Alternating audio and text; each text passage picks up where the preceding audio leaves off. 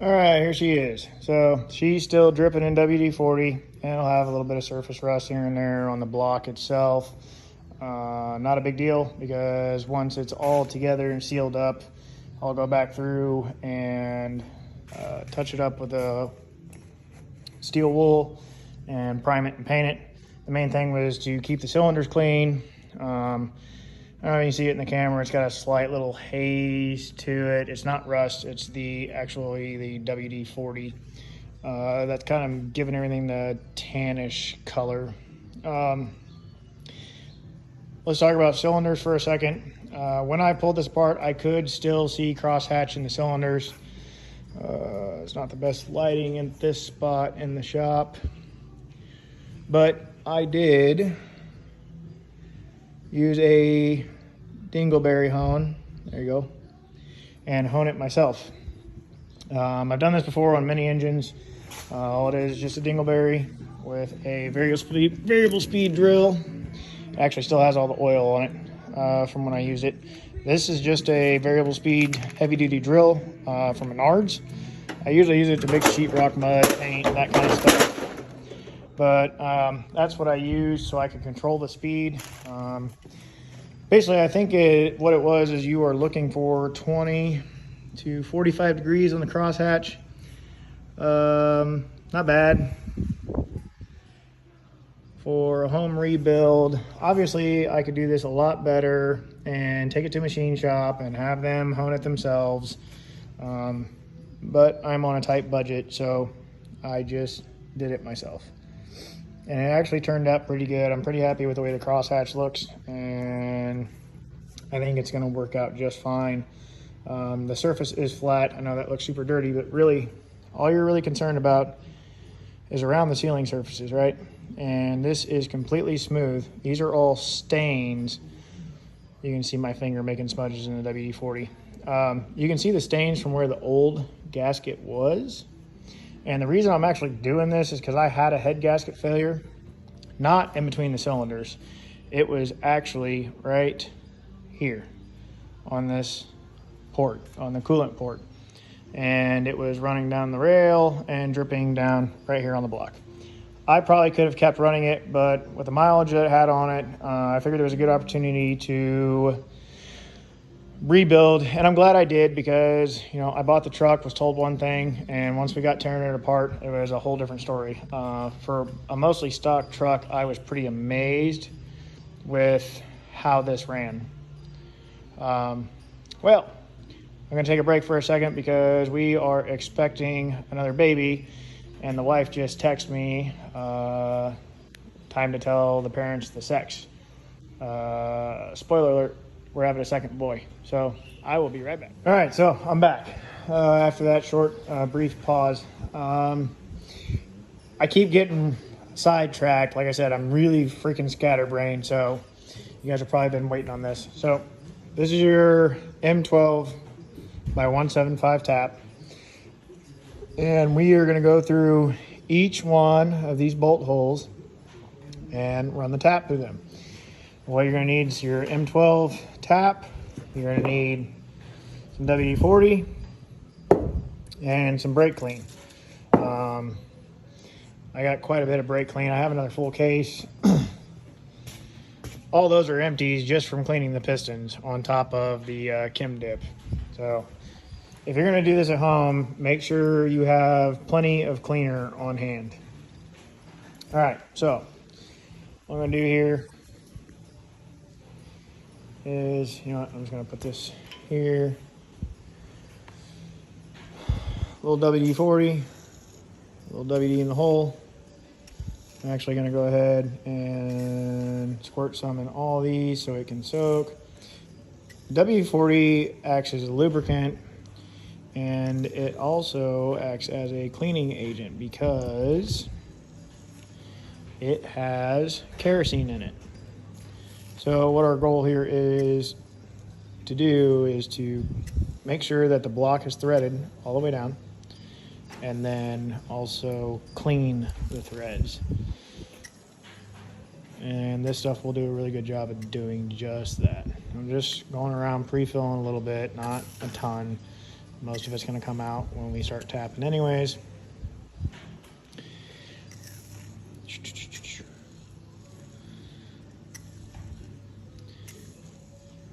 And don't forget your dowel pins. There is actually, I don't know if you can see it or not. Focus. Nope. Okay. Well, there's a bolt hole that goes there also. And a little on threads. All right. So, focus. All right, so all we're gonna do is stick our tap in here. I'm not gonna put any pressure on it. Lightly turn until the threads catch. You don't wanna ruin the threads you already have, all right? All right, so she started. There's some grit in there. You'll feel a little bit of resistance. So I'm just gonna go a few turns and then back it up. And you'll feel it get loose and then continue on. Feel it get tight again. And even though I sprayed degreaser in these holes, I sprayed brake clean in these holes, I power washed these holes, I sprayed brake clean in these holes again in WD-40, you're still going to have stuff in the threads, and that's the reason for doing this. I don't know, can't really see anything yet coming out, but I assure you that there is crap down in there.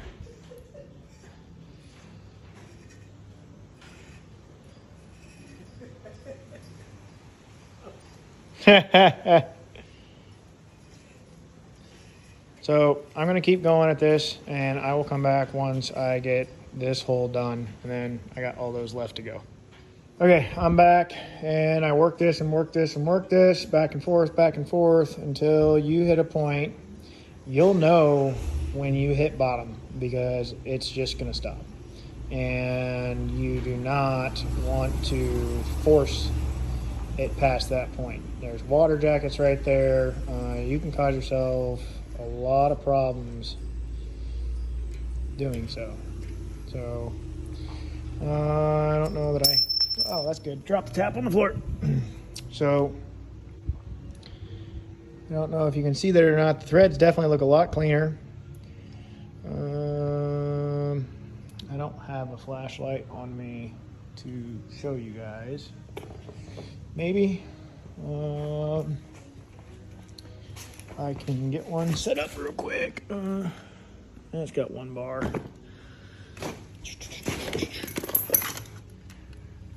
By the way, if you don't use Milwaukee tools, you should.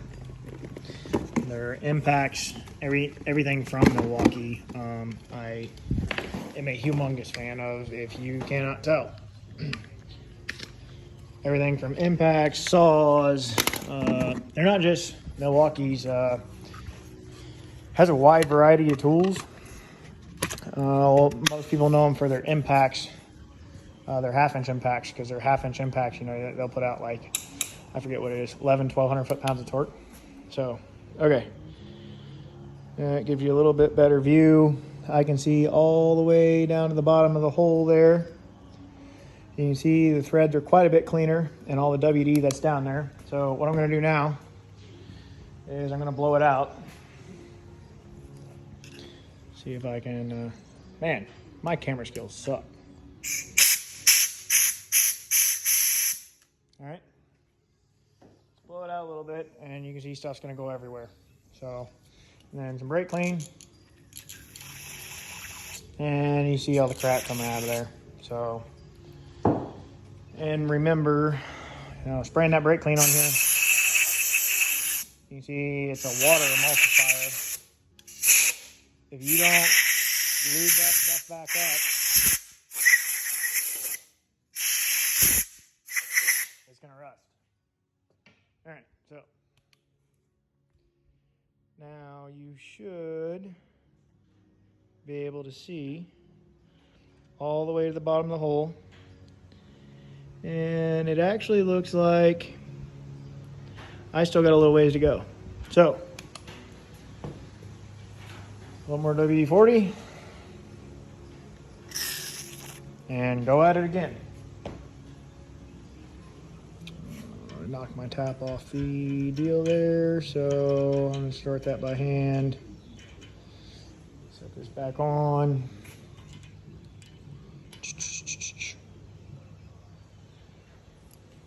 Trying to do all this one-handed is not the easiest thing in the world.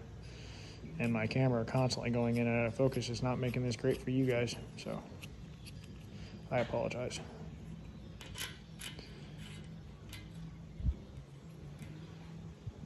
Okay, so nice and easy. Go down.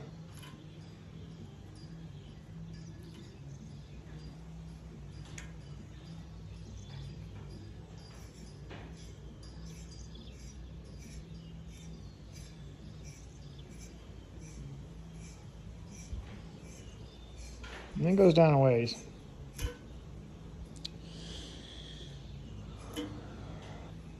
This freaking guy.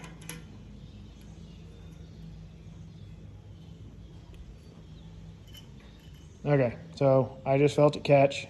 I'm going to lightly turn a little bit and then back it off. And then lightly turn. So what I'm doing right now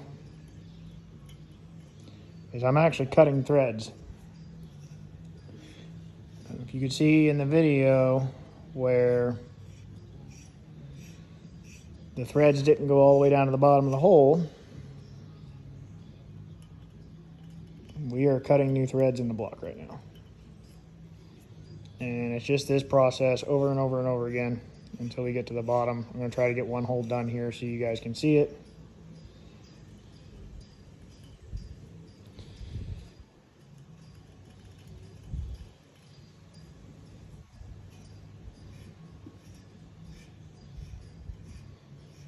Kind of a time-consuming process, but I'll at least get one on film for you guys so you can see.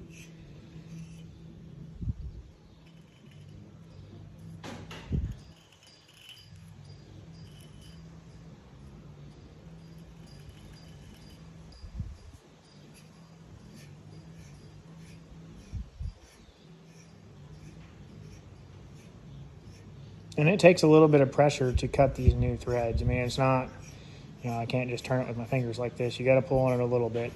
But once you hit bottom, it's going to get really hard. Don't force it. A lot of bad things can happen. You can punch a hole in the block, which, I mean, you really got to be cranking on that to do that. Or you can over tighten and snap this off in the block. Then you're going to have major problems, depending on where you snap it off at, trying to get it out.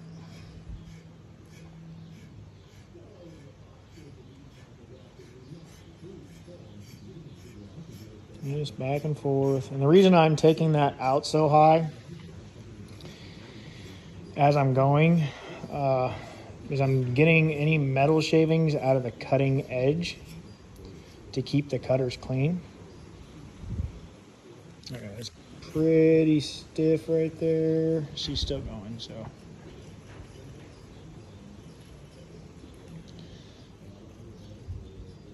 And again, the reason we're doing this, we're creating the threads all the way down in the hole, is more clamping force. The more threads you have engaged, the better it's going to hold.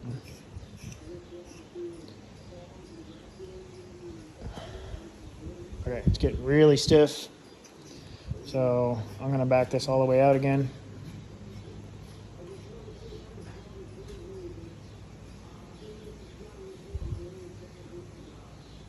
And we're going to clean the hole out one more time. Take a look and see where we're at. So we'll brake clean. Yeah, nice and dirty. Blow it out. Now, look at all of those metal shavings. I don't know if you guys can see that. Yep. So that's what we don't want to happen. We do not want that getting down on our cylinders or anywhere else. Now, if you're doing this in the truck, I know a lot of guys don't do this. They do not bottom these out. Okay, so I don't know if you guys can see. All right, those threads go all the way down now. You can see the brand new threads cut down there.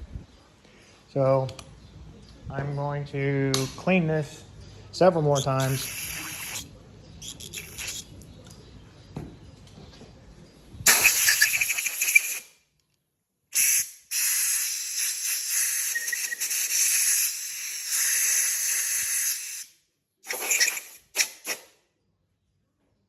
I'm going to clean this several more times until I'm sure that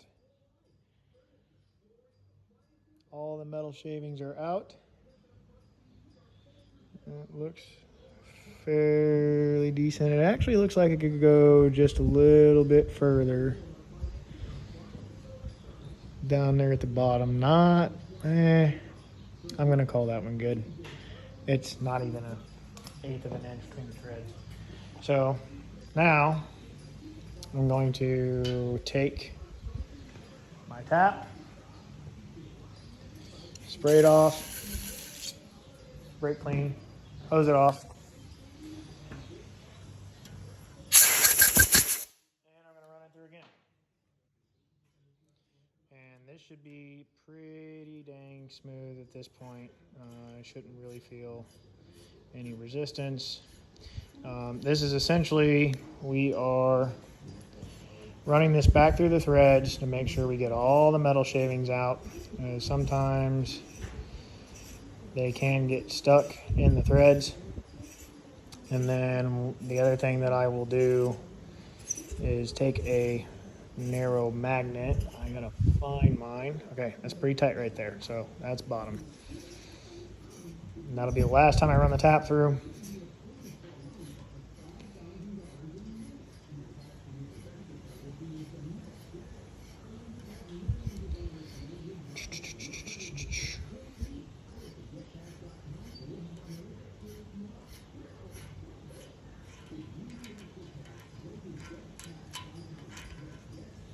There's also one thing to consider while you're running your tap through.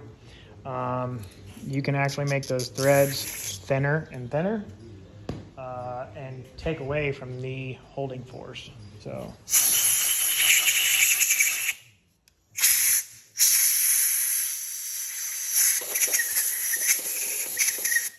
All right. Take another look.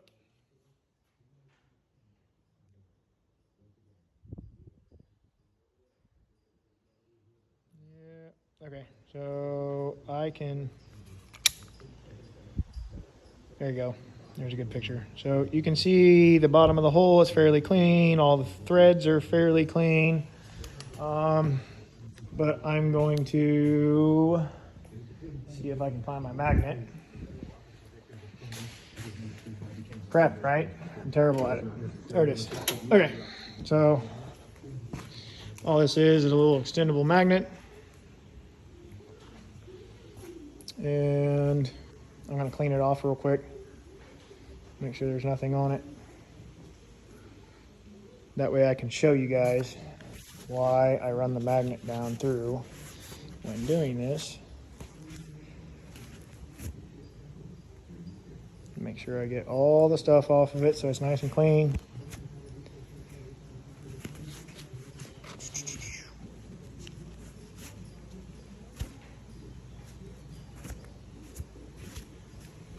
I'll spray it a little bit and blow it off.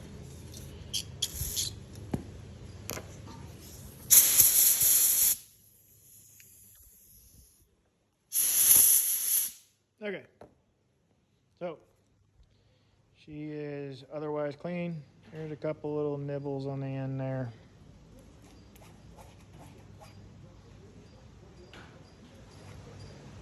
All right, so I'm gonna run the magnet down. It's a pretty strong little magnet, and it's hard. Some can be a little challenging just to get it in the hole. All right, so it's in the hole. It's bottomed out. I'm just gonna whirl it around a little bit. And look at that. Come on, focus.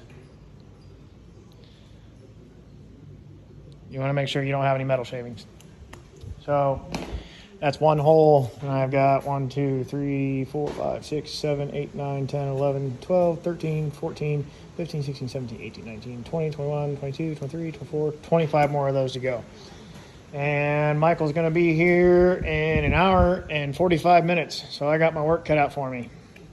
So I'm not going to video all that. I'm just going to get it done. My videos are, I think, too long anyways. One other thing I need to cover real quick. So I told you it has the other tap, your M8 by 125. And you read your directions and you'll see. Okay, so rocker pedestals. I still need to clean these. We're going to be a ways away from actually putting these in.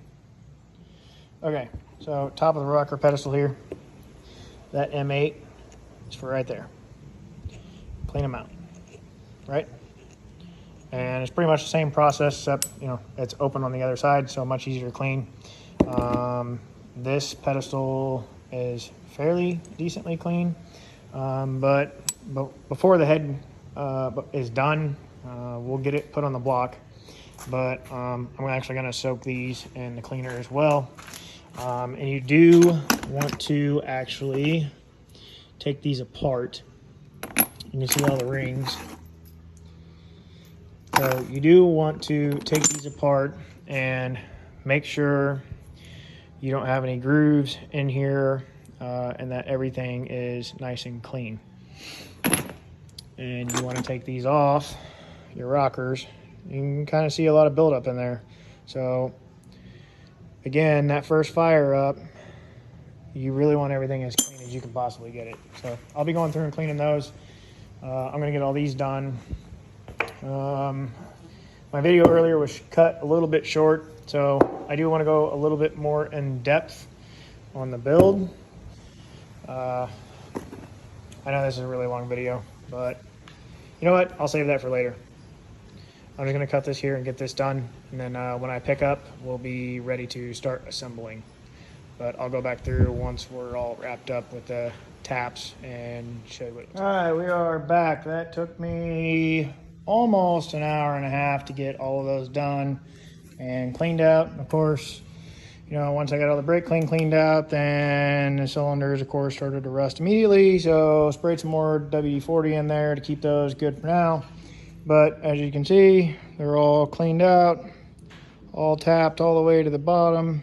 And what I ended up doing, still a little bit of gunk in there, but not bad. Up to just towards the top of the hole, not the actual threads. So what I ended up doing is chasing all of them. And after I got the threads chased and tapped, I filled the hole up with brake clean and let it soak while I did the rest of the holes. And then once I was done, went back through, blew them all out, sprayed more brake clean in them, and sprayed it out again. And as soon as I sprayed the brake clean in there again, you can see all kinds of gunk come out of there. But at this point now, I'm going to go through here with my magnet and chase all of these through, because, yep, there is still stuff in there. You really don't want anything in there at all. So before we actually start assembly, I will go back through the cylinders one more time, spray them down with brake clean, wipe them down, lint-free rag, and spray them out again, just to make sure that there is nothing left. So that's pretty much it for this video. I'm going to wrap this up and end this video here and start another one, because I'm sure you guys are tired of hearing me talk and gab. But I will pick right back up. It is currently, I guess I gave you guys the time already. It's 4:40 in the afternoon on Friday. It's fucking beer 30. But Michael's going to be here shortly. Oh, one other thing I shared, or should share. Kind of see around the bolt holes, there's a bunch of gunk that gets built up in there. So while I had the brake clean in there, again, my attention span is terrible. But anyways, battery post terminal cleaner. stick it in a hole, round it around, gets it pretty clean. So it's clean, as clean as we can get everything. Yeah, that's been sprayed. The block's been sprayed with WD a few times. That crap will come off. More so worried about the inside. So I'm gonna wrap that up on this video.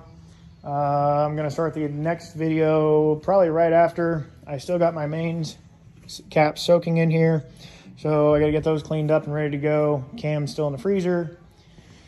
I'm gonna flip this thing over and give the mains on the bottom side one more good go before we start building. So I will see you guys in the next video. Like, comment, subscribe, you know, tell me I'm an idiot or give me better advice, you know, whatever. And yeah, we'll see you next time.